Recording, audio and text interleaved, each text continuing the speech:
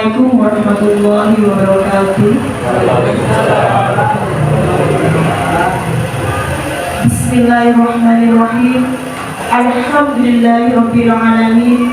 Assalatu wassalamu ala asrofil anbiya'i wal mursalin wa ala alihi wa sahbihi ajma'in. Amma ba'd. Yang terhormat Kepala UPTD SDN Pangeran 3 Bangkalan, yakni Ibu Siti Jamilah SPD. Yang kami hormati para Dewan Guru UPTD SDN Pangeran 3 Bangkalan,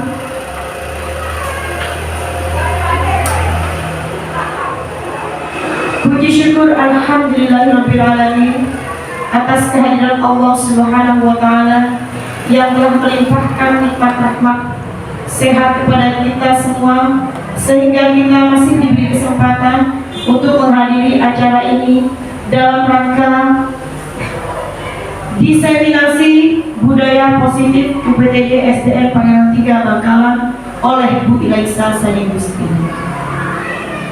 Salawat serta salam semoga tetap terlimpahkan pada junjungan kita Nabi besar Muhammad SAW. Semoga kita semua mendapatkan syafaatnya. Amin, amin, ya rabbal alamin. Bapak Ibu Guru, sebelumnya saya ingin mengucapkan terima kasih karena telah menyempatkan waktunya dalam acara ini. Untuk lebih membersihkan waktu, marilah kita buka acara ini dengan bacaan basmalah. Bismillahirrahmanirrahim. Acara selanjutnya yaitu sambutan dari Kepala Sekolah UPTD SDN Pangeran 3 Bangkalan kepada Ibu Siti Jamilah SPD, dipersilahkan.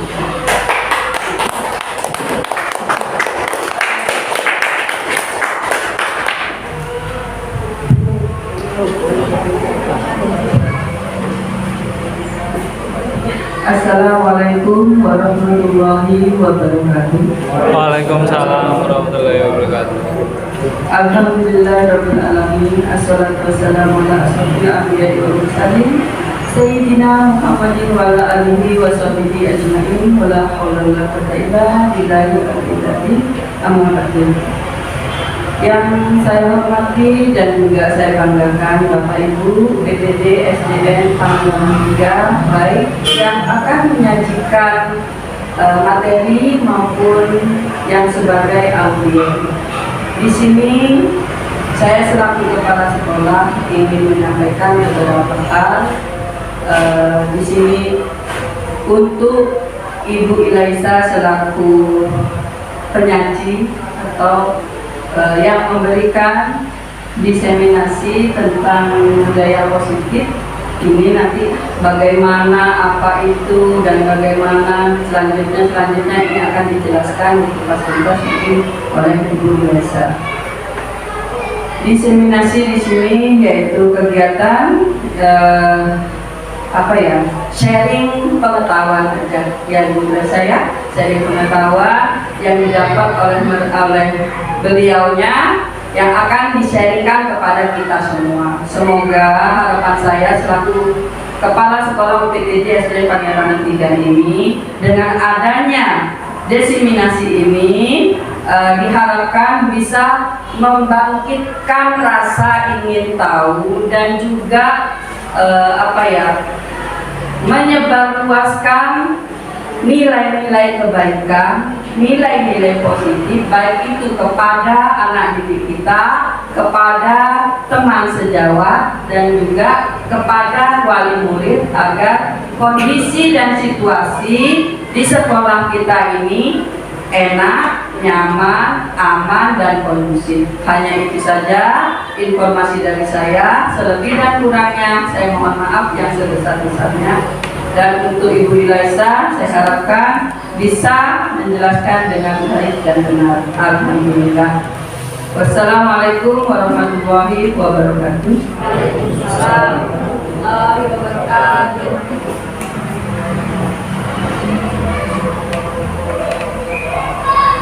Saya ucapkan terima kasih atas sambutannya pada kepala sekolah PDIP SD Purnomo 3 Bangkalan.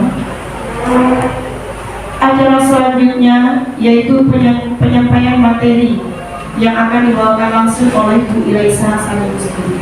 Kepada beliau kami persilakan. Sebelumnya marilah kita berikan semangat kepada Bu Ilaisa Sanusi. Semangat Ibu Ilaisa. Assalamualaikum warahmatullahi wabarakatuh. Waalaikumsalam. Saya ulangi Bapak ya. Assalamualaikum warahmatullahi wabarakatuh. Waalaikumsalam. Semangat pagi Bapak Ibu.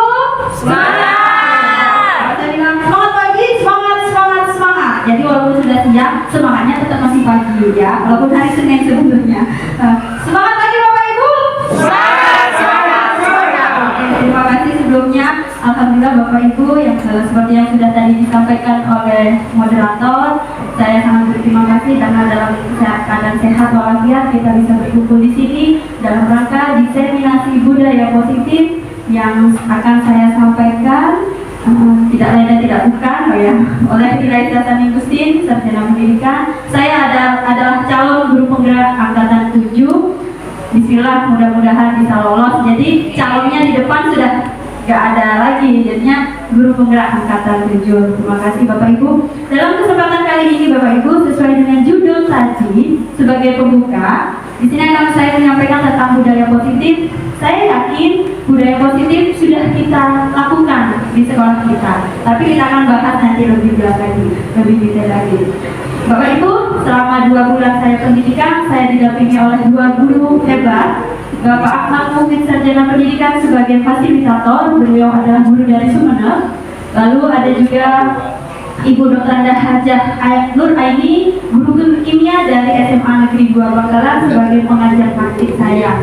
Jadi selama 2 bulan saya dibimbing dan dibina dan semoga sampai Juni nanti akan tetap lancar. Amin. Nah, saya tanya dulu Bapak Ibu. Ada gambar, ada beberapa gambar nomor 1 sampai 20. Saya tanya Bapak Ibu, di manakah posisi Bapak Ibu guru sekarang ini? Kira-kira di nomor berapa sesuai pilihannya Bapak Ibu? Coba. Nomor berapa? Nomor 1 Pak Iwan. 5. Nomor ada nomor 3. Oh itu sampai tiduran. Nomor berapa? 13. Mana itu? 20. Wah, Pak Irwan hidup di atas, selalu di depan ya. Bapak Ibu guru yang lain ada nomor berapa? 19. Tiduran lain ya. Tidur di pojok tuh. Yang napang di atas ya. Bukan ada di mana? Iman 11 sama 12. Oh, saya yang itu ya, nomor 13. Bu Sofi? Di mana? Nomor berapa? 41. Saya Bu Putri di mana? aku 5 tuh. Oh, 5. Di mana ya 5 ya? Ada yang bawah. Oh, di bawah. Pak Heru di mana? 11 12. 20. Oh, ini nomor 10 ya? Oke, nomor 10. Bapak Ibu, diingat nomornya, kita akan bahas satu-satu. Bapak Ibu termasuk yang mana? Kalau saya nomor 9 Bapak Ibu, masih senang main-main. Di bawah ini ya. Nah, inilah karakteristik Bapak Ibu. Tadi Pak ada nomor berapa? 9. Nomor Oh, benar kan aku? 10 kali ya. Bapak Arif 19. Anda orang yang terbukti. Yang selalu ada di saat teman-teman membutuhkan.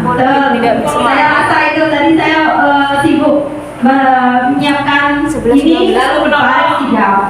Lagi tadi yang Pak Irwan tadi nomor 20 paling atas, ada orang yang sangat percaya diri dan bakal menjadi pemimpin.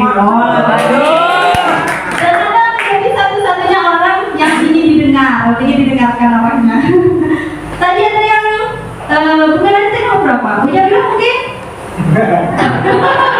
Udah bilang nomor 20 pasti ya, soalnya sudah jadi seorang pemimpin.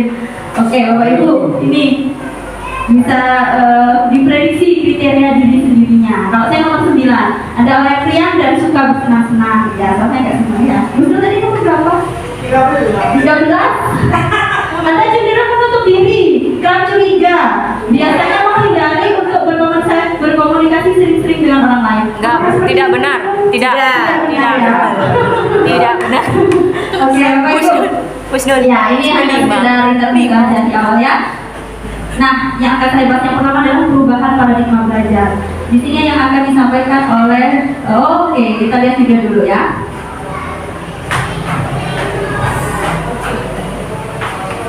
Bentar Bapak Ibu, kita ulang nggak apa-apa ya. Enggak masuk lagi, Pak Iwan.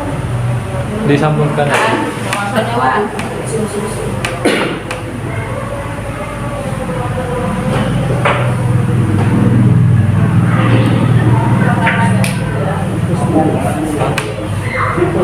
Tuh.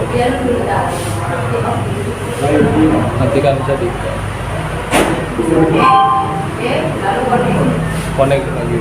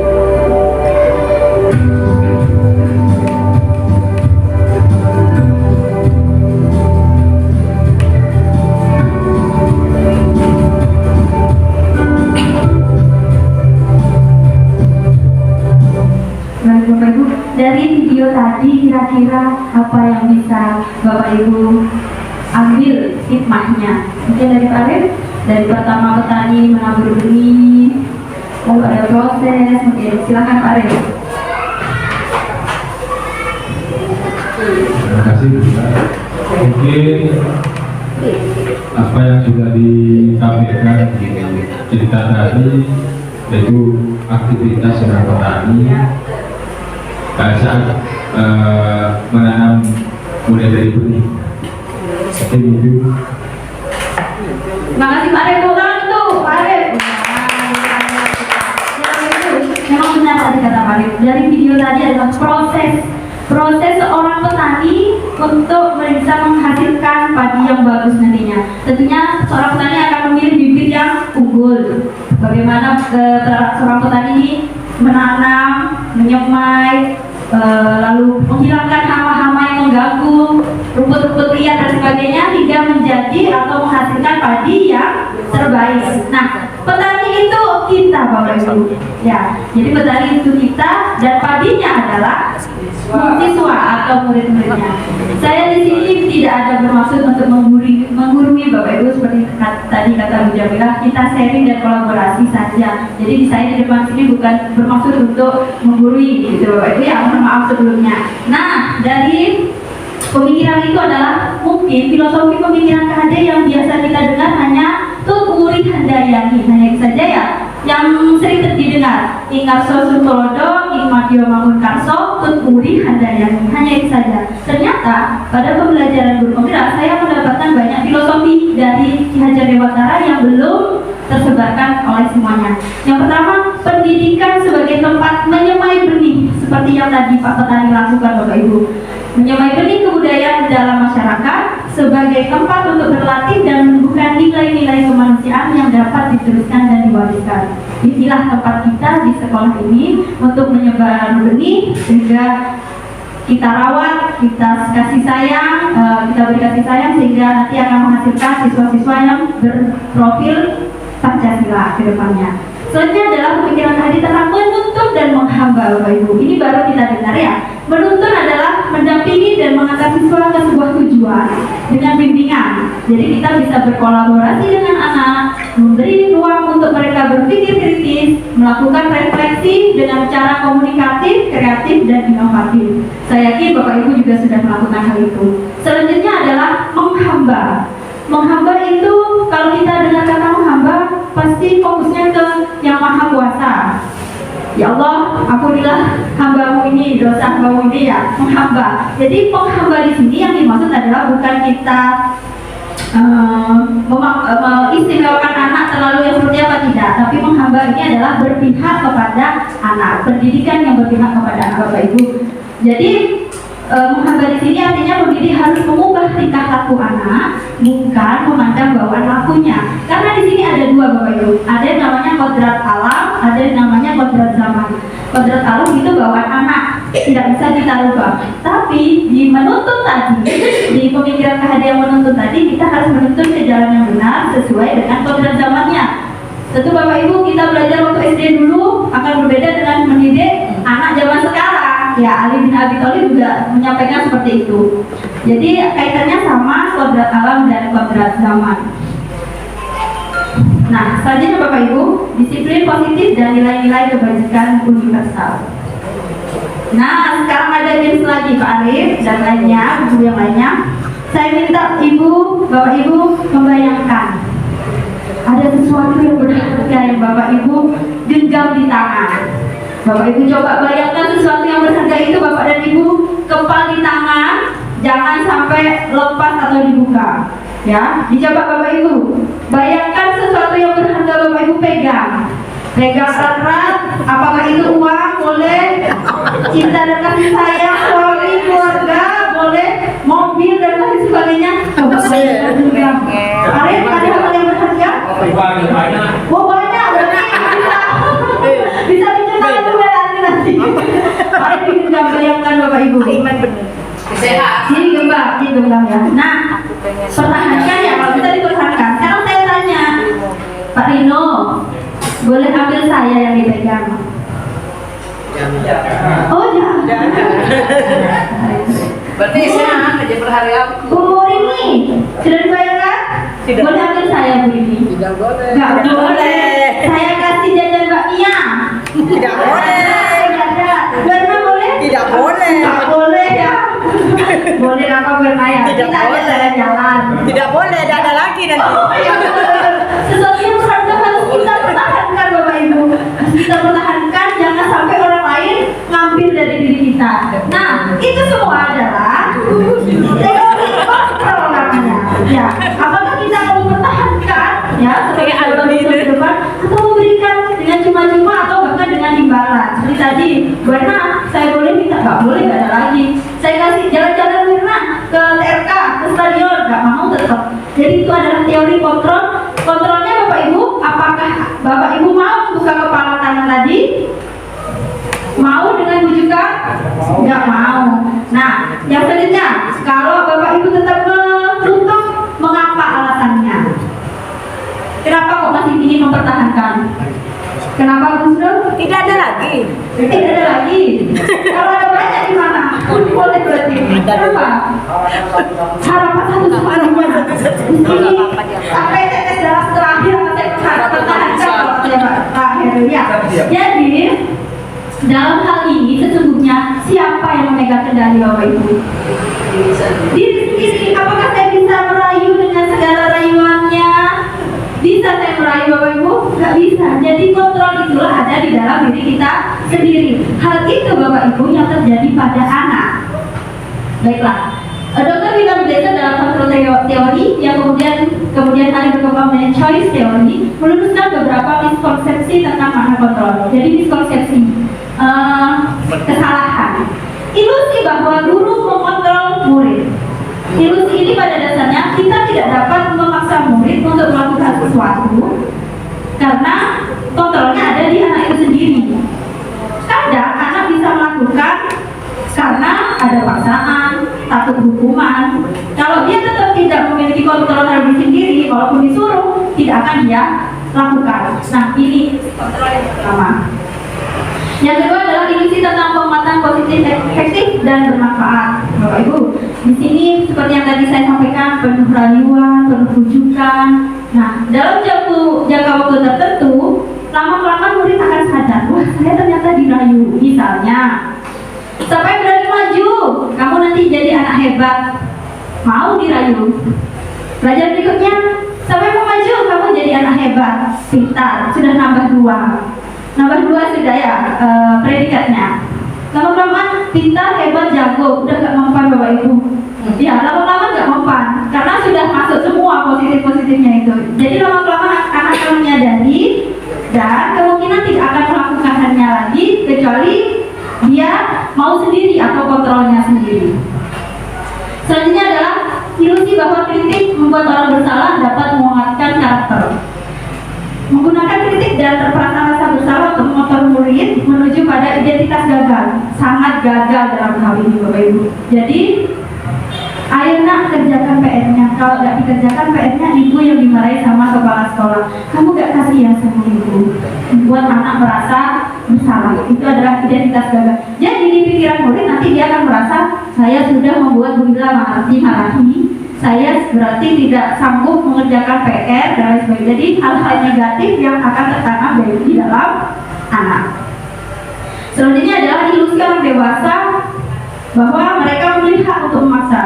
Kita karena merasa dewasa, lalu kita akan berpikir ya sudah kita paksa aja, mereka pasti mau. Seperti itu Bapak Ibu. Jadi itu adalah miskonsepsi yang salah. Selanjutnya, untuk mengontrol tadi sifat teori yang ada di dalam diri kita, disiplin yang di pikiran Bapak Ibu apa? Yang di benak Bapak Ibu selama ini pasti tentang tata tertib, harus teratur, harus patuh pada peraturan, bahkan jika perlu dihukum, bahkan membuat siswa tidak nyaman. Ternyata Bapak Ibu itu semua salah. Disiplin atau disiplin dalam bahasa Latin artinya ternyata belajar atau artinya adalah pengikut. Namanya pengikut, contohnya sebagai kita pengikut ajaran agama Islam, ya. Kita sebagai pengikut harusnya tahu metode atau ajaran apa, kita harus paham betul ajaran apa yang akan kita anut. Ya, seperti itu. Jadi siswa di sini sebagai pengikut, tapi siswa juga harus tahu kenapa saya mengikuti ibu, kenapa saya harus mengikuti disiplin positifnya, kenapa. Jadi dia sendiri harus paham dari dalam dirinya sendiri, sehingga nanti motivasinya tidak hanya dari luar, tapi dari dalam diri sendiri, intrinsik atau bukan ekstrinsik Bapak Ibu. Sebagai pendidik, tujuan kita adalah menciptakan anak-anak yang memiliki disiplin diri, sehingga mereka nanti bisa berperilaku dengan mengacu pada nilai-nilai kebajikan universal dengan motivasi diri sendiri, bukan dari luar. Seperti itu Bapak Ibu. Nilai-nilai kebajikan yang sudah kita lakukan di sekolah, contohnya apa ini Bapak Ibu? Yang pertama, kreatif, ya, kreatif, inovatif. Lalu yang bawah Bapak Ibu, ini menjenguk teman sakit, nilai kebajikan apa yang bisa kita ambil? Empati, lagi kasih sayang, ya, kepada teman. Yang atas Bapak Ibu yang cuci tangan, nilai kebajikannya apa? Kebersihan, boleh. Lanjut yang latihan dong, itu upacara ya. Lagi upacara, nilai kebajikan apa? Disiplin bisa, cinta tanah air juga bisa. Yang bawah yang setiap kita lakukan hari Jumat Bapak Ibu, religi, lebih ke religi, apa ini, takwa terhadap Tuhan Yang Maha Esa. Saya yakin ini sudah kita lakukan, sudah berjalan dengan baik. Semoga kedepannya lebih baik lagi. Dari disiplin tadi Bapak Ibu, tentunya saya sampaikan tadi motivasi intrinsik dan ekstrinsik. Yang kita bahas yang pertama adalah teori perilaku manusia oleh Jan Yose. Ternyata kita punya 3 jenis motivasi. Yang pertama adalah untuk menghindari ketidaknyamanan atau hukuman. Ini adalah motivasi level terendah Bapak Ibu, di antara 3 motivasi. Jadi melakukan sesuatu hanya karena agar tidak dihukum. Saya harus mengerjakan PR daripada saya harus mengerjakan di luar, nanti dihukum. Saya mengerjakan PR takut berdiri depan kelas naik 1 kaki. Ya, jadi ini level terendah. Yang kedua, 1 tingkat lebih tinggi untuk mendapatkan imbalan dan penghargaan. Dikerjakan ya Albi PR-nya, nanti ibu kasih es krim. Siapa yang nggak mau? Ya, jadi ini level kedua.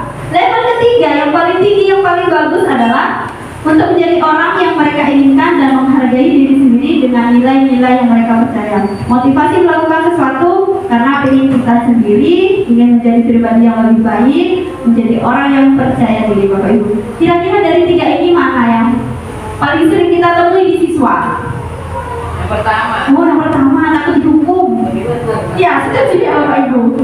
Takut dihukum. Siswa kan ada aku Pak. Karena tidak ingin, tidak merasa tidak nyaman, takut. Jadi anak-anak masih di posisi nomor 1 ya Ibu. Kita pelan-pelan nanti merubah motivasi anak ke yang nomor 3, tanpa imbalan, tanpa hukuman dan lain sebagainya. Ada kasus Bapak Ibu? Bu Eti mungkin bisa dibacakan? Kurang jelas Bu Eti, Bu Putri?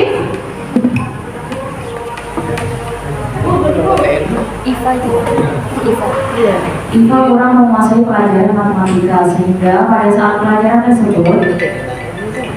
pelajaran tersebut berlangsung, dia lebih banyak berdiam diri atau menggambar di buku pelajarannya. Pada saat guru matematikanya, Pak Seno menanyakan pertanyaan Iva menjadi gugup dan tidak sengaja menjatuhkan tasnya dari kursi, serta tiba-tiba menjadi gagap pada saat berupaya menjawab. Seluruh kelas pun tertawa melihat perilaku Iva yang berbicara tergagap dan terkejut tersebut. Pak Seno pada saat itu membiarkan teman-teman Iva menertawakan Iva yang tergagap dan malu luar biasa, dan malahan minta Iva untuk maju ke depan dan berdiri di depan kelas sambil menunjuk hidungnya karena tidak bisa menjawab pertanyaan Pak Seno. Kelas semakin gaduh dan anak-anak pun tertawa melihat Iva di depan kelas memegang ujung hidungnya. Oke, terima kasih Putri, penuh semangat sekali. Bapak Ibu, ada kasus, ada Iva dengan kesalahannya, namun Pak Seno membiarkan teman-teman Iva untuk menertawakan Iva. Kira-kira Bapak Ibu, apakah Bapak Ibu setuju dengan sikap Pak Seno terhadap Iva? Tidak ya, tidak setuju ya. Kenapa kira-kira Bapak Ibu?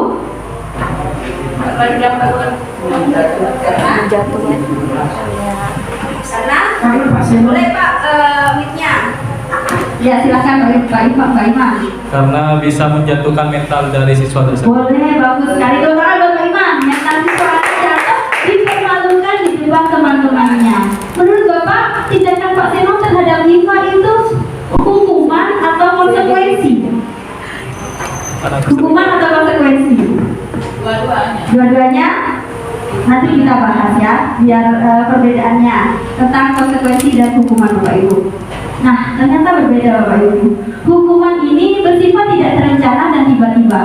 Hukuman bersifatnya hanya satu arah dari guru itu, dan siswa tidak diberi kesempatan untuk melakukan kesepakatan.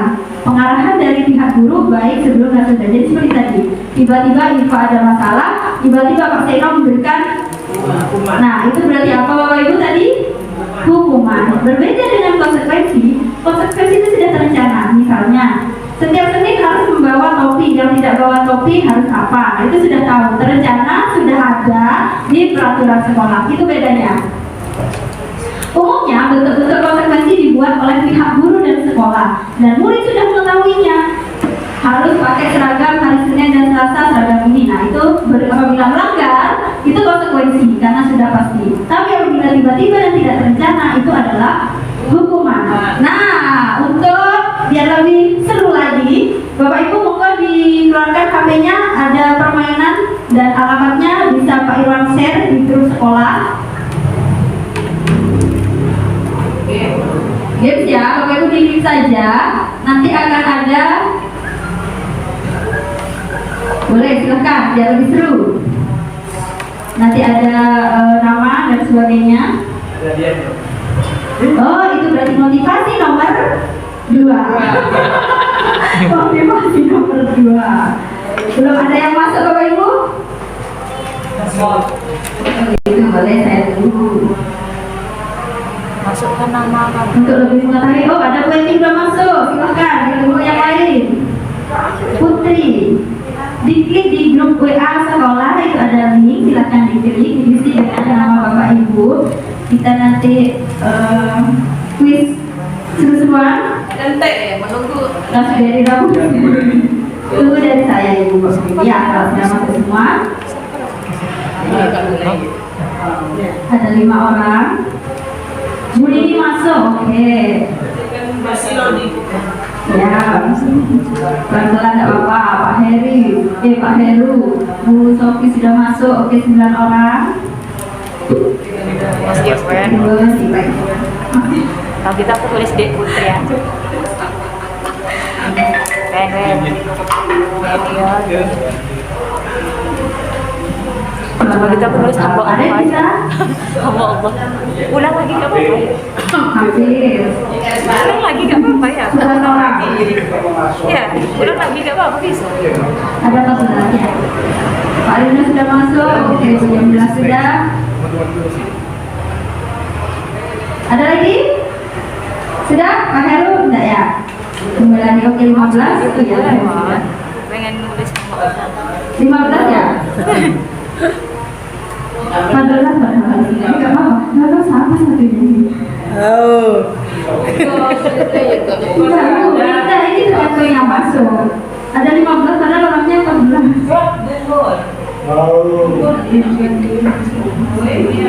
Sudah tadi masuk. Jaga nama Iman. Tidak tahu, kan aku nggak datang. Siap Bapak Ibu? Oke, kita mulai permainannya.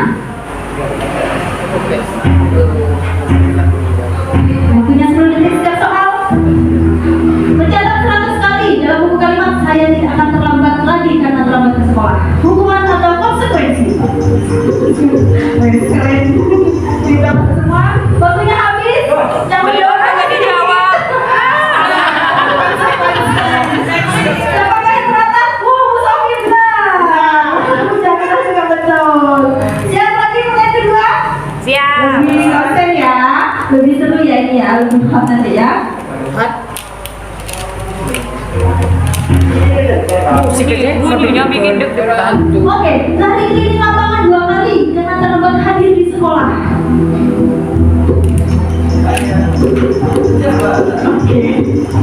Udah. Semangat. Iya, aku benar. Punya ada pergeseran.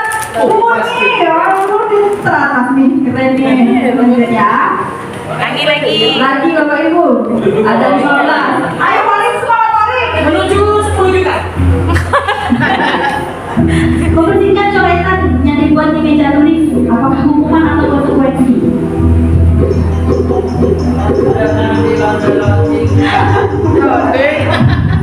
Paling lagi. Apakah ini salah? Apa itu boleh? Ini keren ini. Terbaik. Jadi sudah paham. Sudah paham ya. Kalau hukuman itu tiba-tiba, bukan yang sudah terencana. Lagi Bapak Ibu. Yang nggak konek kalau sih nggak apa-apa. Keren ini jadi. Push up 15 kali karena nggak pakai masker. Ayo push up jangan sampai kalah. Badan. Ya, salah. Ada gimana? Benar atau salah Pak Ade? Kalau nomor 2, hampir nyalek di Murni. Hati-hati Bu Murni. Ada yang mau nyalek, hati-hati. Lanjut Bapak Ibu. Ada 15 ya Bapak Ibu. Bu Jamila bisa ikut coba garap hati. Angka 3 tugas kertas temennya dicoret-coret. 10 juta ini. 10 juta. Laporan. Ini apa Bapak Ibu? Hukuman atau konsekuensi? Konsekuensi. Ya, konsekuensi. Wih, Bu Erna nyalek. Dapat 10 juta. Poin-poin. 6 Bapak Ibu.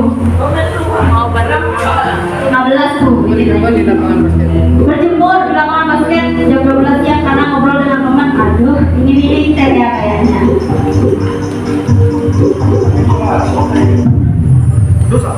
Oh, suami salah ada salah ya. Benar, suami benar. Kita pastikan. Oke, Pak Arif nomor 4, Pak Arif bisa lihat Pak Arif. Benar tuh gak masuk. Selanjutnya, 7, pertengahan soal. Murid diminta bertelanjang kaki sepanjang hari karena tidak pakai sepatu warna hitam. Disuruh nyeker, sisanya disuruh nyeker.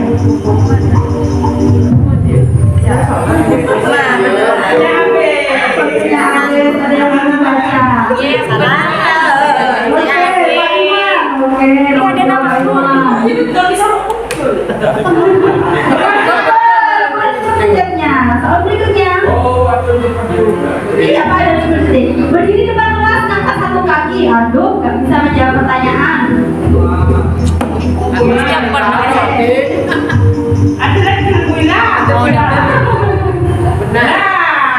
Semoga aku dapat 100 juta.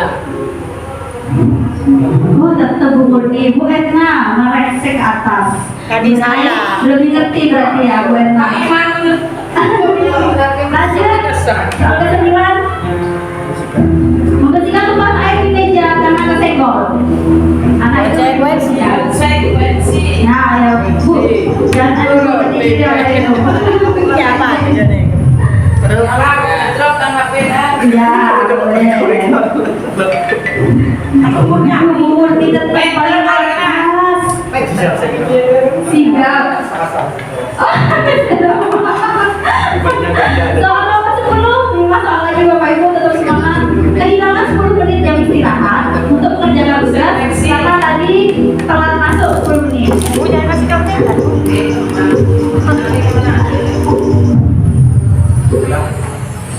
Salah, Pak Iman salah, Mas Irwan. Waktunya habis. Oke, mungkin mencarikan depan ini tetap yang terdepan. Kan yang jauh hukuman ya, 2 orang masih salah. Ayo Pak Rek, semangat Pak Rek. Saya bacakan jadi biar gak terlalu lama ya. Duduk di pinggir lapangan pada jam istirahat, tidak boleh main karena mencinderai teman waktu. Jadi temannya mungkin didorong apa gimana. Jadi disuruh di pinggir lapangan. Saya bacakan Muslim biar gak terlalu lama, jadi sampai 3 saya ketemu. Oh, Bu Erna, Putri merasa ke atas. Parif, turun lagi Parif. Capek ya. Kurang 2 soal Parif, sabar. Terlambat hari ini pembelajaran dari 15 menit dan kita tinggal kelas 15 menit untuk membahas pelajaran. Saya angkain. Sabar. Oke. Loading ya. Tetap oh, cocok memang sudah paham konsekuensi dari hukuman. 13 Bapak Ibu. Lari keliling basket 2 kali, terlambat 10 menit karena terlambat. Pada saat pelajaran BCOK, hati-hati ya. Ini BCOK tapi dia disuruh lari loh. Hati-hati, takut terjebak.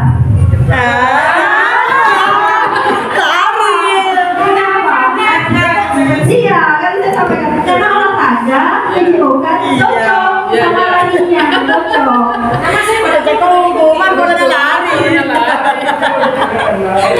Kurang 2 soal lagi. Nomor 14. Nomor 2, oke.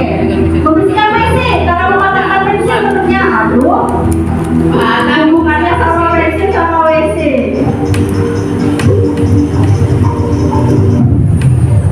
Nah.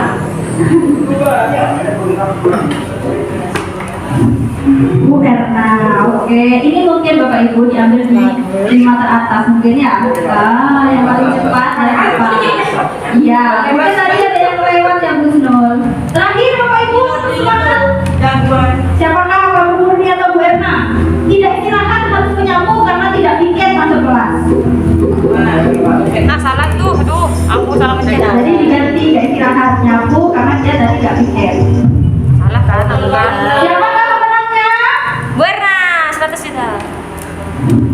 Bu Erna. Usaha terima tadi muncul ya. Terima kasih. 10 juta. Ya, seru sekali. Dari sini Bapak Ibu semakin paham tentang perbedaan hukuman dan konsekuensi. Terima kasih. Tesnya seru sekali Bapak Ibu.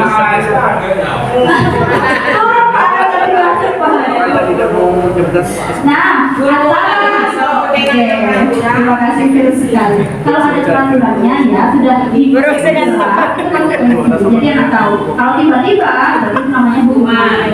Dan hukuman ya, dan hukuman itu akan menerapkan identitas gagal tadi kata saya. Selanjutnya adalah restitusi Bapak Ibu. Berkaitan dengan yang dua tadi, restitusi ini adalah proses menciptakan kondisi murid untuk memperbaiki kesalahan sehingga dia bisa kembali ke kelompoknya dengan karakter yang lebih kuat. Proses kolaboratif ini mengajarkan murid untuk mencari solusi untuk masalah mereka. Jadi daripada memberikan hukuman dan konsekuensi yang tidak mereka pahami, kita berikan restitusi. Apa itu restitusi? Kita lanjut ke segitiga restitusinya Bapak Ibu. Segitiga restitusi di sini adalah ada 3 tahap. Yang pertama adalah menstabilkan identitas, menanyakan keyakinan, dan validasi tindakan yang salah. Yang dimaksud itu adalah Ibu, apabila ada siswa yang melakukan kesalahan, yang pertama dilakukan adalah stabilkan identitas dia dengan pertanyaan boleh penguatan dia. Setiap orang itu pernah melakukan kesalahan, atau kamu ini sebenarnya bukan satu-satunya yang melakukan kesalahan. Semua orang juga pernah. Nah, distabilkan dulu sehingga anak tidak ngedrop, tidak terlalu merasa bersalah. Yang kedua, tunjukkan bahwa keyakinannya. Apakah kamu yakin? Apakah sudah sesuai dengan keyakinan yang kita pahami bersama? Yang selanjutnya adalah melakukan validasi tindakan yang salah. Kamu tuh punya alasan tentunya ya dari hal yang kamu lakukan. Jadi dilakukan segitiga restitusi. Untuk lebih jelasnya Bapak Ibu, ini adalah contoh restitusi yang sudah saya lakukan.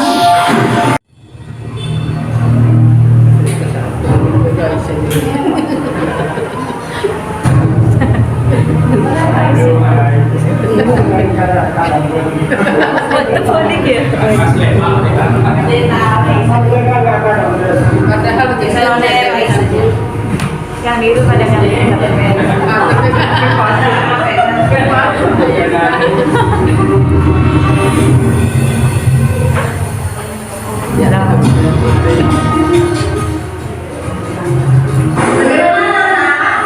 Apa ada yang tidak kerjanya? Iya Bu. Bagus. Ya.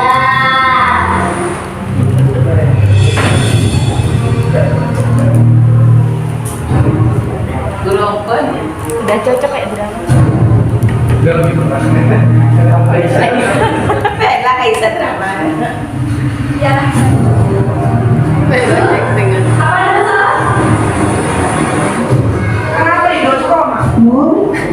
Ibu guru lihat tadi di kelas Yang tentu udah. Ini adalah proses segitiga restitusi Bapak Ibu. yang terjadi. Mengapa Mengapa itu kamu lakukan?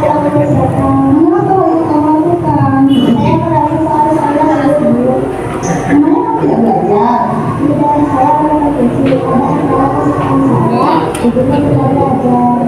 Seperti itu. Baiklah, sebenarnya Ibu Ila di sini tidak mau mencari siapa yang salah. Langkah pertama Bapak Ibu, Kita di sini akan mencari solusi tentang permasalahan yang tadi kita lakukan. Iya Bu.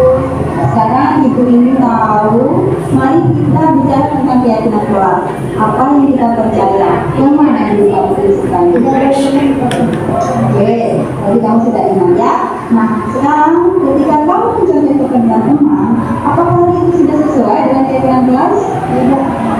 Oke, dari hal ini sekarang kita juga mengindahkan mana keyakinan kelas yang sudah kita sepakati dan untuk memperbaiki kesalahan kamu, apa yang harus dilakukan? Saya tidak akan mengulanginya lagi. Saya akan mengajarkan kejadian kemampuan saya. Saya menggunakan lebih. Bagus sekali, Nur. Terima kasih kami sudah menjadi pribadi yang lebih baik. Terima kasih kamu sudah mengakui kesalahan. Kedepannya jangan ulang lagi ya. Terima kasih Nur. Kasus kedua.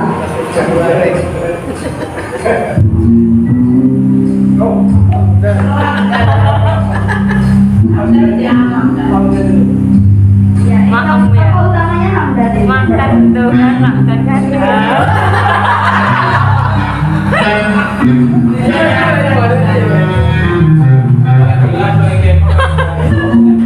Cocok sama tokohnya ya.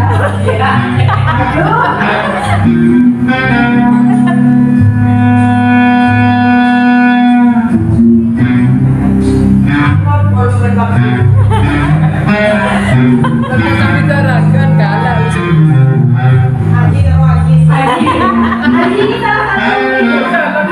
kandidat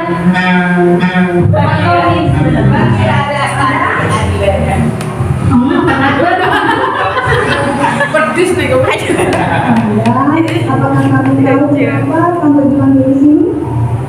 Karena sayang karena kamu bebas ini. Kemudian, apakah mau saya dulu tidak bisa ya. Maka itu adalah mungkin juga kalau apa pasti makan. Tapi yang harus kamu tahu adalah kapan dan di mana hal itu kamu lakukan. Kamu pasti dari sana apa? Nanti kelas dulu sesi mau udah jadi langsing ya. Apa tadi sebelum kalau kamu tidak sarapan? Tidak Bu, saya kalau kesiangan sudah sempat motor seperti itu, jadi kami kalau kesiangan lalu tidak sarapan, lalu kamu makan di kelas ya seperti itu. Begini Hamdan, apakah kamu masih ingat tentang keyakinan kelas yang sudah kita sepakati bersama? Iya Bu. Apakah makan di kelas itu sesuai dengan kesepakatan kelas kita? Tidak Bu, saya minta maaf. Tidak apa-apa Hamdan. Di sini ibu tidak mencari siapa yang benar, siapa yang salah. Di sini ibu hanya ingin mencari solusi tentang permasalahan tadi. Ibu ingin Hamdan menjadi pribadi yang lebih baik, menjadi pribadi yang taat aturan dan bertanggung jawab. Ya Hamdan, suatu untuk itu bagaimana cara Hamdan memperbaiki permasalahan yang tadi? Saya tidak akan mulai lagi membangun ya, lalu yang kedua bagaimana? Bangun dari awal ya bisa bagus sekali Hamdan. Ibu senang kamu sudah mengerti kesalahan, kamu juga bisa mau memperbaiki diri dan berjanji tidak akan mengulanginya lagi. Terima kasih Hamdan ya, semoga menjadi pribadi yang lebih baik. Terima kasih Hamdan. Ya, tepuk tangan Bapak Ibu. Ini aktornya anak kelas 5 ya, sudah jatuh acting semuanya. Saya koreografi dikit sudah main semuanya. Bapak Ibu itu adalah contoh segitiga restitusi yang kedepannya mudah-mudahan bisa kita laksanakan. Jadi sudah tidak ada hukuman lagi, tapi tanyakan keyakinan diri dari anak masing-masing.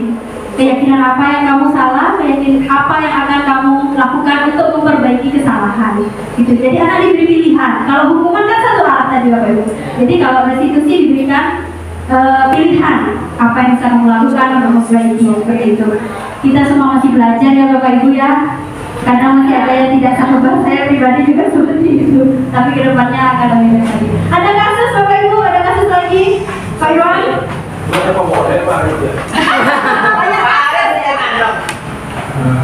Ibu Sofi kelas 2 SD mendapatkan masalah. Murid-muridnya tidak bisa tertib berdiri antri di depan pintu kelas dan selalu berebutan masuk ke dalam kelas setelah jam istirahat usai.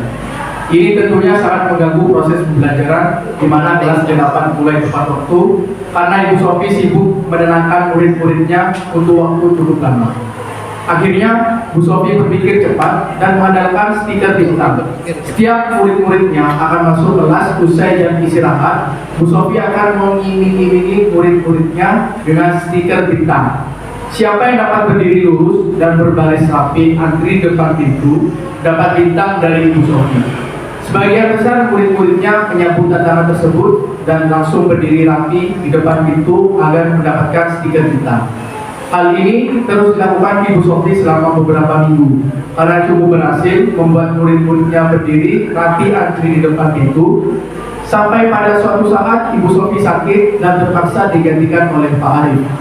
Pak Arif tidak mengetahui tentang stiker bintang dan benar saja pada saat mau masuk ke kelas usai jam istirahat, murid-murid kelas 2 kembali berebutan masuk kelas. Apa yang terjadi dan mengapa? Ya, Bapak Ibu, terima kasih Pak Irwan sudah membacakan kasusnya. Ada kasus anak tidak bisa diatur, lalu Bu Sofi memberikan bintang. Siapa yang menuruti perintah Ibu akan dapat stiker bintang. Ini motivasi yang mana Bapak Ibu? Nomor 2, betul sekali Bu Sofi. Pak Arif kesulitan Bapak Ibu. Ya, begitu Bu Sofi gak masuk, tidak mengetahui tentang stiker bintang, Pak Arif kesulitan untuk mengatur anak-anak. Nah, kasus ini yang kita sebut dihukum oleh penghargaan. Alkitab menyebutkan bahwa saat kita berulang kali menjanjikan hadiah kepada anak-anak agar berperilaku yang bertanggung jawab, atau kepada seorang murid agar mempelajari sesuatu yang baru, atau bahkan kepada seorang karyawan agar melakukan sesuatu yang berkualitas, kita sedang berasumsi atau memiliki pendapat bahwa mereka tidak dapat melakukannya, atau mereka tidak akan memilih untuk melakukannya. Yang dimaksud di sini adalah kalau kita kasih iming-iming pasti di pikiran kita, kalau nggak dikasih iming-iming pasti tidak dilakukan. Nah, gitu. Jadi dihukum oleh penghargaan. Jadi Bapak Ibu yang di kelasnya masih melakukan hal ini, Ibu kasih bintang, Ibu kasih ini. Nah, itu adalah sesuatu yang harusnya tidak kita lakukan. Karena nanti anak termotivasi hanya untuk mendapatkan hadiah atau bintang. Guru lain begitu masuk Pak Arif kebingungan karena tidak mengetahui kesepakatan kelas. Selanjutnya adalah keyakinan kelas. Bagaimana caranya mengatur anak kelas 2 tadi biar ikut apa yang kita inginkan. Karena itu kita ada keyakinan kelas. Bapak Ibu, kenapa kita sebut keyakinan kelas Bapak Ibu? Kenapa bukan peraturan kelas? Ternyata berbeda. Peraturan kelas itu hanya berupa tertulis yang bahkan bukan siswa sendiri yang membuat. Sekolah biasanya bahwa di kelas harus ini, tidak ada kesepakatan dengan siswa. Ini kaitannya dengan tadi waktu anak berbuat kesalahan. Kalau anak dilibatkan dalam membuat keyakinan kelas, dia akan sadar, oh iya, ternyata sudah kita sepakati, sudah Hamdan sepakati bahwa tidak boleh makan di kelas. Itu adalah sebuah keyakinannya. Di sini ada perbedaannya Bapak Ibu. Keyakinan kelas itu lebih universal atau lebih konkret, lebih luas. Jadi misalnya ada contoh, dilarang berlari di lorong sekolah. Jangan menggunakan kalimat negatif. Rubahlah menjadi berjalanlah di lorong sekolah. Seperti itu.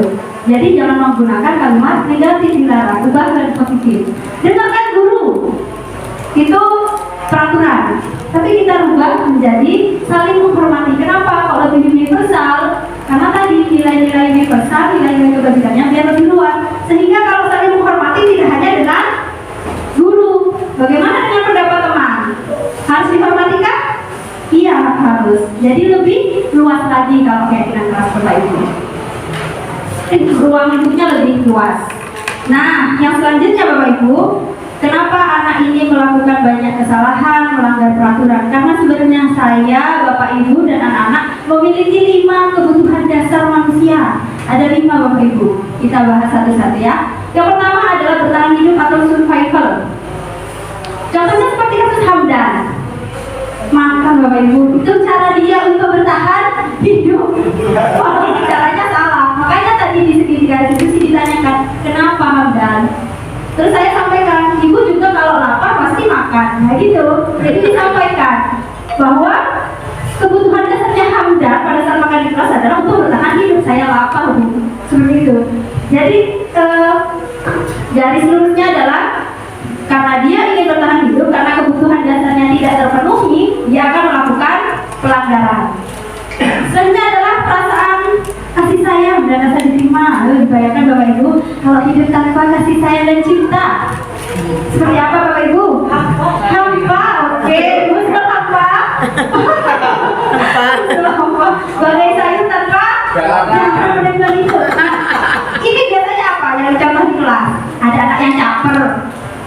Anak-anak harusnya doa kasih sayang dari gurunya. Ya, makanya dia melakukan kesalahan atau pelanggaran. Itu kebutuhan dasarnya dia. Ada penguasaan atau power. Di kelas ini Bapak Ibu ada yang anak yang walaupun sudah ada ketua kelasnya, tapi dia ingin saya Bu, saya ikut ngantor Bu, ikut ngantor temennya, ada seperti itu. Jadi dia merasa sebagai bisa menguasai kelas, dia kadang mengganggu temannya karena dia ingin kebutuhan dasarnya adalah menguasai atau powerful. Selanjutnya adalah kesenangan. Saya suka lari-lari Bu, ya sudah saya lari-lari di kelas. Nah, kebutuhan dasarnya fun, tentang kesenangan. Tapi karena dia di tempat dan waktu yang salah, maka dia melakukan pelanggaran. Selanjutnya adalah kebebasan. Ini anak-anak yang bosan. Ada pelajaran ini, aduh bosan. Gak teman main lainnya gitu. Jadi kebebasan kebutuhan dasarnya anak tentang kebebasan biasanya kurang dipenuhi, makanya dia ngamen, nakal, ganggu temannya dan sebagainya. Yang selanjutnya yang terakhir Bapak Ibu, bagaimana kita tentang teori kontrol tadi, kita memiliki sisi posisi kontrol. Ada 5 Bapak Ibu di sini. Kita bahas satu persatu. Ada posisi sebagai penghukum, ada sebagai pemantau, ada sebagai teman, guru sebagai pembuat rasa bersalah, dan ada juga sebagai manajer. Ya, kita bahas satu-satu dengan video untuk lebih jelas lagi perbedaannya. Posisi kontrol yang pertama, penghukum.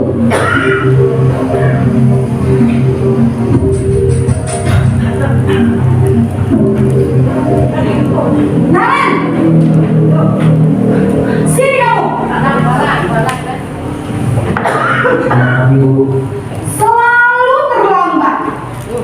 Kamu deh pasti terlambat. Maaf Bu, saya Apa coba? Alasan kamu apa lagi? Kapan sih kamu tidak terlambat? Malas sekali ya kamu jadi anak. Saya Dasar pemalas. Gak kapok-kapok sih kamu. Sudah berapa kali terlambat? Sana, kamu keliling lapangan basket 2 kali. kenapa saya harus keliling lapangan basket? Kenapa? Kamu melawan ibu. Berani-beraninya jawab. Sudah terlambat, masih berani jawab pula. Sekarang, keliling lapangan basket 5 kali sekalian. Biar aku cepat. Ini adalah Pergi sana lapangan basket. dengan posisi kontrol penghukum. Selanjutnya, posisi pembuat merasa bersalah.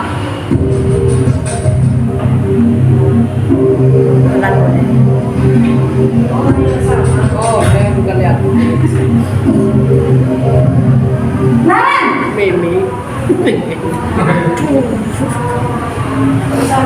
Selamat pagi Bu. Naren, kamu kenapa terlambat lagi, nak? Ya Tuhan, Naren, kamu senang ya bikin ibu susah ya? Kalau kamu terlambat lagi, nanti ibu yang ditegur bapak kepala sekolah, nak. Disangka ibu tidak bisa membina kamu. Duh, gimana ini? Maaf Bu, Duh, Gusti Naren, kamu suka ya kalau ibu ditegur bapak kepala sekolah? Terus, sekarang ibu harus tulis apa yang di buku absen? Ini kamu sudah sering terlambat loh. Ibu harus apa coba? maaf Bu, maaf sekali. Ya sudah, lain kali jangan bikin ibu susah lagi ya nak ya. Ibu tidak akan kuat lagi kalau kamu gini terus. Bisa jantungan kalau ibu ditegur bapak kepala sekolah. Langsung rasa Sekarang bersalah. cepat, kelas. Maaf ya Bu, maaf sekali. Posisi pembuat rasa bersalah berbicara dengan nada tenang. Yang ketiga Bapak Ibu.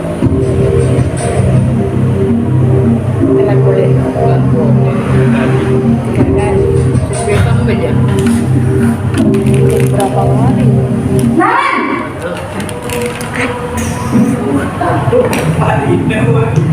Selamat pagi Bu. wah, sudah jam berapa ini nak? Terlambat lagi ya sayang. Posisi Iya, Bu. teman habis ibu saya lupa membangunkan saya, Bu. Kamu malah menyalahkan ibu kamu. Kamu bukannya anak yang larinya paling kencang. Kok terlambat sih? Iya, Bu. Saya memang terlambat bangun tadi. Jadi biarpun saya lari kencang, tetap gak kejar, Bu. Ya sudah sana, nanti lain kali larinya lebih kencang lagi ya, biar gak terlambat lagi. Bikin seneng ibu, demi ibu, bisa kan? Bisa lah, Bu. Ya sudah sana masuk kelas, ibu beresin urusan absen kamu. Kamu ini ada-ada saja. Para tambah diulang.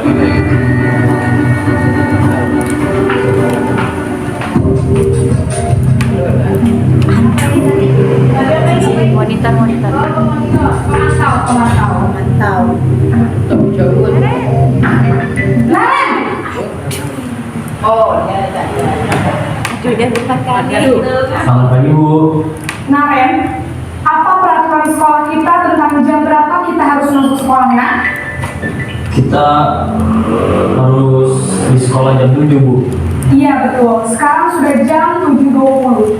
Naren sudah tahu konsekuensinya jika terlambat hadir. Paham, Bu. Saya harus tinggal kelas pas jam istirahat selama 20 menit. Iya benar, konsekuensinya demikian. Jadi nanti jam 9.30 pas istirahat, kamu harus tinggal di kelas, kerjakan tugas tambahan untuk ketertinggalan kamu, ya? Baik, Bu.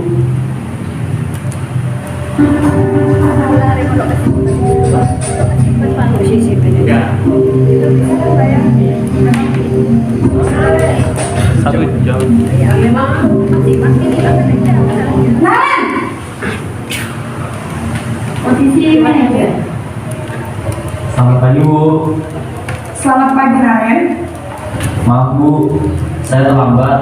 Iya, sekolah masuknya jam 7, sekarang sudah jam 7.20. Jadi sekarang bagaimana ini Naren?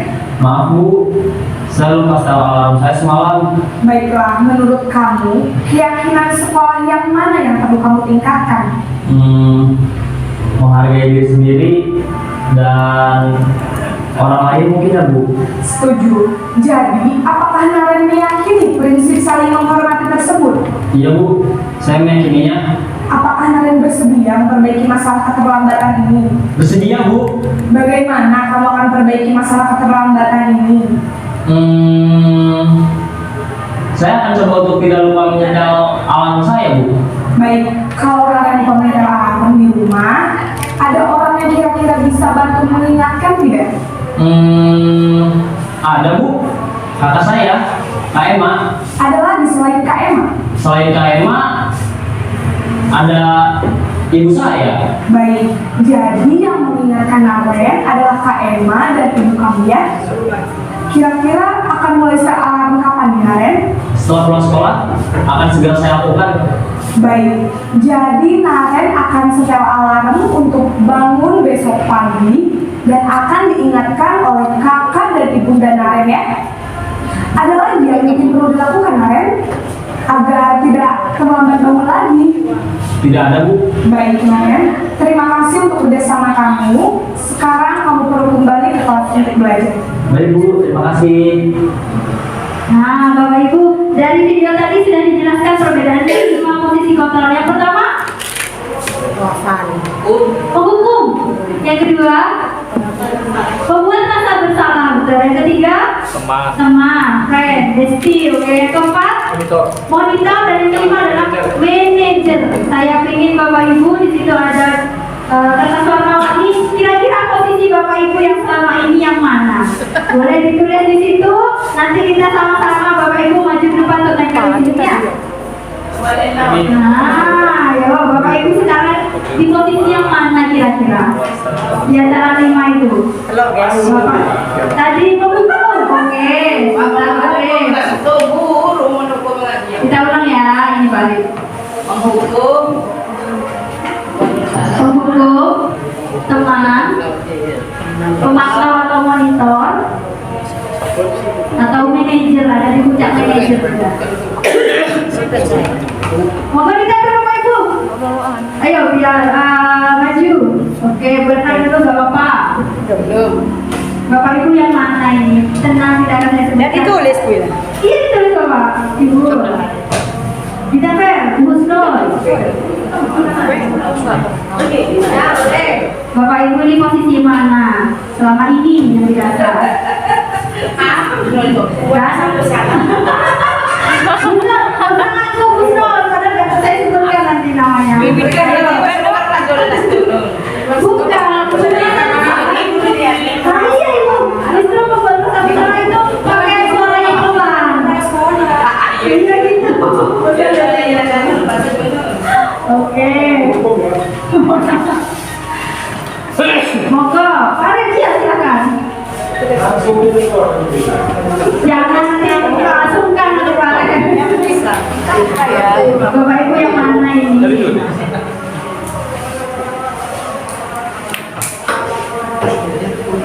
Iman yang mana? Boleh.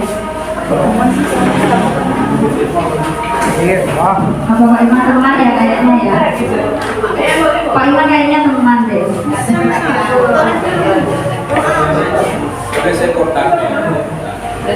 Iya terserah. Oke.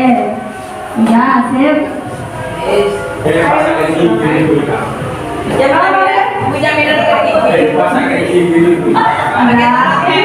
Belajar, Mari saya juga. Ngaku saja ya gitu.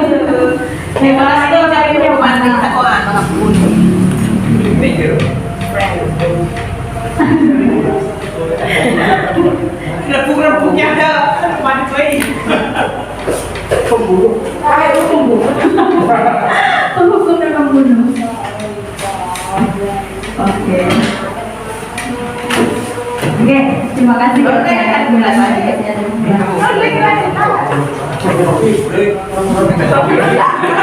Apa kebutuhan hidupnya ada ya? Kebutuhan dasarnya ada yang hidup bertahan hidup. Oke. Saya baca ya Bapak Ibu. Membuat rasa bersalah.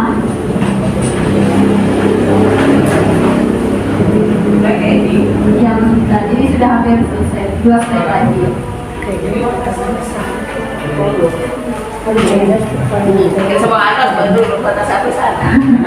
Udah, sebenarnya buat di pembuatan sama itu justru pakai bahasa yang pelan kayak tadi. Kamu gak kasih ya sama ibu. Ibu bisa jantungan loh. Jadi jadi anak makin dol dia ya gitu. Oh, ada masih penghukum Bapak Ibu ya. Nanti ke depannya kita belajar pelan-pelan. Oh, dia sudah jadi teman. Biasa di tempat curhat ya. Jadi sampai jadi teman. Sampai masih teman. Baiklah, betul. Banyak teman ya, friends. Wah, alhamdulillah sudah ada yang posisi manajer. Kedepannya memang kesana nanti Bapak Ibu. Jadi seperti yang terakhir tadi, memberikan segitiga restitusi, dikasih pilihan agar anak dari dalam restitusi ya. Masih ada penghukum, masih ada teman tapi kebalik. Ini maksudnya gimana ini? Paling banyak teman ya Bapak Ibu ya. Posisi ketiga, apa? Nanti akan jadi pemakai manajer. Ya, diharapkan manajernya ada 2. Terima kasih teman-teman, Bapak Ibu sekalian. Ya, kedepannya nanti akan jadi manajer. Nah, Bapak Ibu, ini sudah hampir di penghujung acara. Dari 5 posisi kontrol tadi, ada contoh segitiga restitusi yang sudah. Ini video terakhir Bapak Ibu.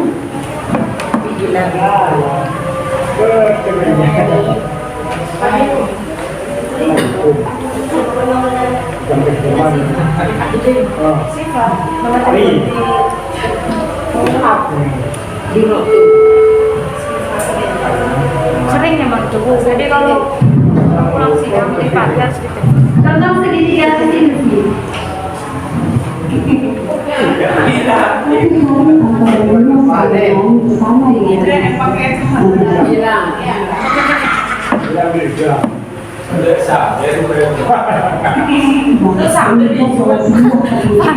Visual. Waduh.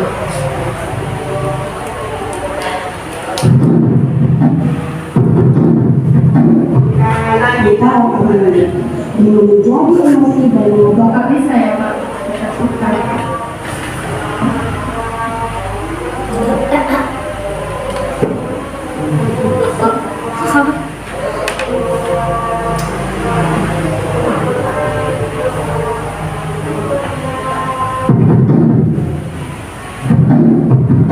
Contoh kasus segitiga restitusi. Suatu hari Anto dan Nino sedang bermain bersama di lapangan basket dan tiba-tiba terlibat dalam sebuah pertengkaran adu mulut. Nino menjadi emosi dan mengadakan kontak fisik, menarik kemeja Anto dengan kasar sampai 3 kancing berlepas.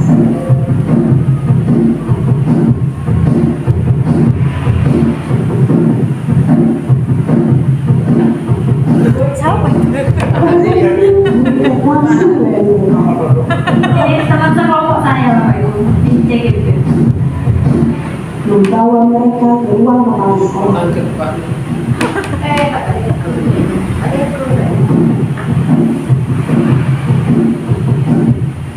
Ibu Siti sebagai kepala sekolah berupaya menenangkan keduanya.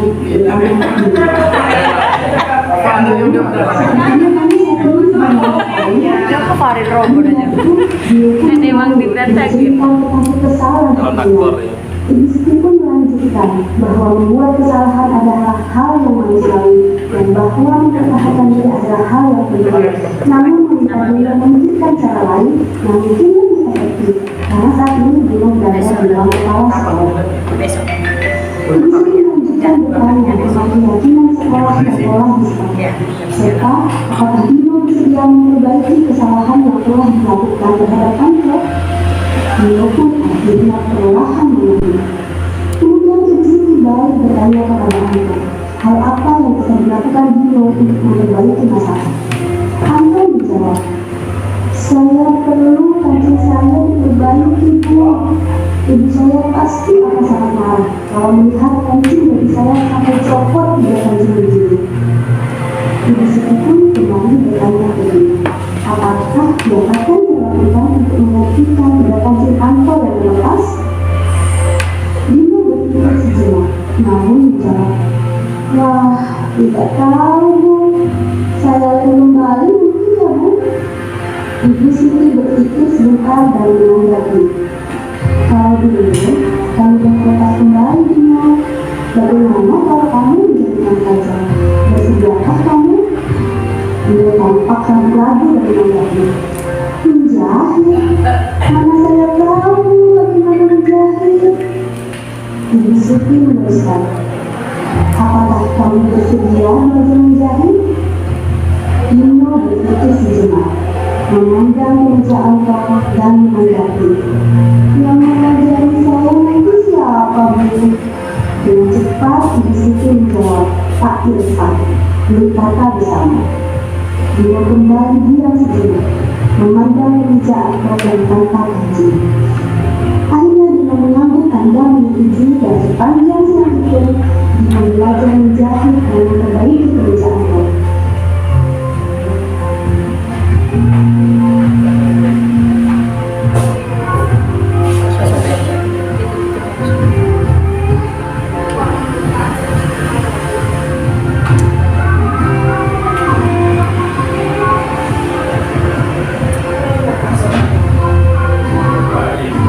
Terakhir kali tidak hanya laki-laki tersebut, Dino dan Anto pada jam pulang sekolah berkasih dari perkataan dan bersendam di rumah.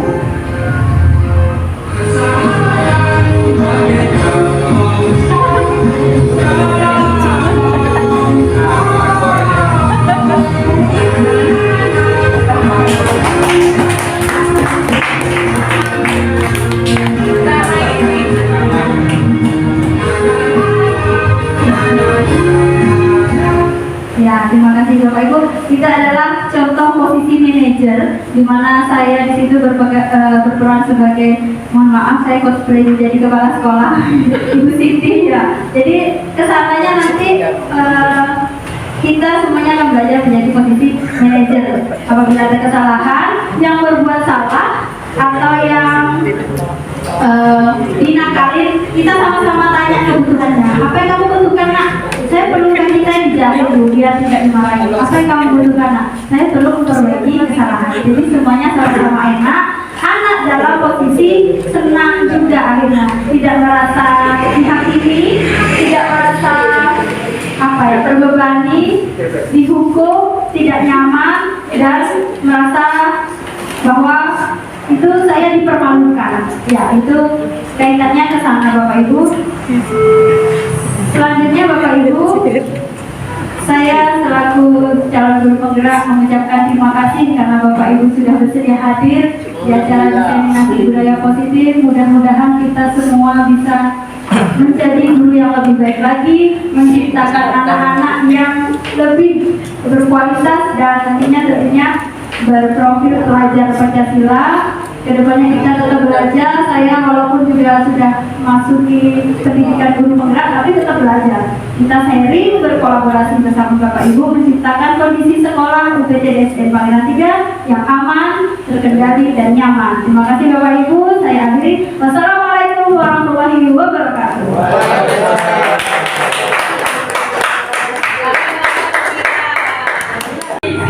Semoga kita beri tepuk tangan yang mulia. Alhamdulillah. Semoga kita menjadi motivasi bagi kita semua untuk menjadi guru yang lebih baik. Guru hebat. Tepuk tangan untuk Bapak Ibu guru. Kita pasti bisa.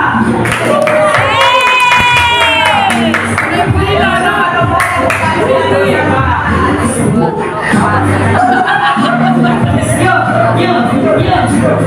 Sepakat.